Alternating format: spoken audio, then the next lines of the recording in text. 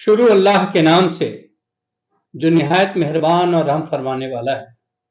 محترم حضرات، السلام علیکم ورحمۃ اللہ وبرکاتہ۔ دعا ہماری زندگی کی کامیابی کے لیے کتنی اہمیت کا حامل ہے، آج ہم لوگ اس پر بات کریں گے۔ عام طور سے جو محفلوں میں دعا مانگی جاتی ہے وہ دعا ہماری زندگی کو تبدیل نہیں کر پاتی، کیونکہ یہ دعا محض ایک رسم ہوتی ہے جس میں ایک شخص دعا کر رہا ہوتا ہے اور باقی لوگ اس کے بنا سمجھے بنا کچھ جانے اس کے پیچھے آمین کہہ رہے ہوتے ہیں، جبکہ اللہ رب العزت اس دعا کو پسند کرتا ہے جو دل کی گہرائیوں سے مانگی جاتی ہے، جو آپ کے آنکھوں سے آنسو بن کر بہتی ہے۔ اس دعا کو اللہ رب العزت پسند کرتا ہے اور اس دعا کو اللہ رب العزت قبول کرتا ہے۔ دعا صرف یہی نہیں کہ ہماری ایک سکسیسفل لائف کے لیے، ہماری کامیاب زندگی کے لیے ضروری ہے، بلکہ ہم نے دعا کے کانسیپٹ کو سمجھا نہیں ہے، اور یہ جو اللہ رب العزت نے ہمیں سب سے بڑا ہتھیار دیا تھا، سب سے طاقتور جو چیز ہے ہمارے پاس ہے وہ دعا ہے۔ مومن کو اللہ نے دعا سے لیس کر رکھا ہے کہ آپ جب بھی کسی پریشانی میں ہوں، جب بھی کسی غم میں ہوں، جب بھی کسی بڑی آزمائش میں ہوں، آپ اللہ رب العزت کے حضور کھڑے ہو جائیں اور آپ مانگیے، اور اللہ تعالیٰ کے خزانے میں کسی چیز کی کمی نہیں ہے، وہ اللہ رب العزت ضرور عطا کرے گا۔ دعا زندگی بدل دیتی ہے۔ دعا صرف زندگی بدلتی ہی نہیں ہے،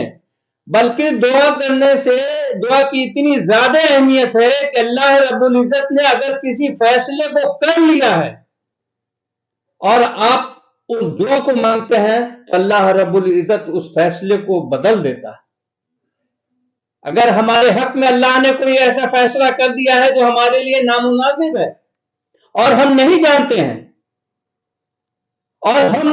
اس پریشانی سے، اس آزمائش سے اللہ کی پناہ مانگ رہے ہیں، اللہ کی مدد مانگ رہے ہیں، طلب کر رہے ہیں، دعا کر رہے ہیں اللہ سے کہ اللہ اس آزمائش میں ہم کو مت گرفت کرنا، اس آزمائش سے مجھے مت آزمانا، تو اللہ رب العزت جو آپ کی قسمت میں لکھ دیتا ہے اس فیصلے کو آپ کی دعا کے عوض میں بدل دیتا ہے۔ اتنی طاقتور چیز ہے دعا، لیکن ہم دعا کو صرف رسم سمجھتے ہیں۔ ایک واقعہ کو اگر آپ دیکھیں تو حضرت مریم رضی اللہ عنہ اور حضرت زکریا علیہ السلام کے بیچ کی گفتگو ہے۔ جب آپ کو آپ کے خاندان والوں نے تانا دیا آپ کی بیوی کو کہ ان کی بیوی باج ہے اور انہیں کوئی اولاد نہیں ہے، ان کے بعد ان کا کوئی نام لینے والا نہیں ہوگا، تو آپ اپنی بھتیجی حضرت مریم رضی اللہ عنہ کے پاس آتے ہیں تو دیکھتے ہیں کہ آپ نماز میں مشغول ہیں اور آپ کے پاس کھانے کے لیے بہترین پھل موجود ہے۔ حضرت مریم علیہ السلام سے آپ پوچھتے ہیں کہ اس موسم میں اس طرح کا پھل تمہارے پاس کہاں سے آتا ہے؟ تو آپ فرماتی ہیں کہ اللہ رب العزت مجھے کھلاتا ہے، یہ جنت کا پھل ہے جو اللہ رب العزت مجھے بھیجتا ہے، اللہ کے خزانے میں کسی چیز کی کمی نہیں ہے۔ آپ جب حضرت مریم رضی اللہ عنہ سے یہ الفاظ سنتے ہیں تو فوراً واپس ہوتے ہیں اور یہ بات کہتے ہوئے کہ اللہ تیرے خزانے میں کسی چیز کی کمی نہیں ہے، اور ہم نے اب تک تجھ سے اولاد نہیں مانگی، ہم نے دعا نہیں کی تھی اولاد کے لیے۔ اور آپ محراب میں جاتے ہیں اور نماز کی حالت میں آپ جو ہے سو اللہ سے دعا کرتے ہیں کہ اللہ مجھے نیک بیٹے کی خوشخبری سنائے، اور اللہ رب العزت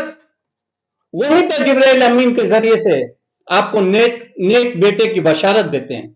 اور بتاتے ہیں کہ وہ بیٹا ہے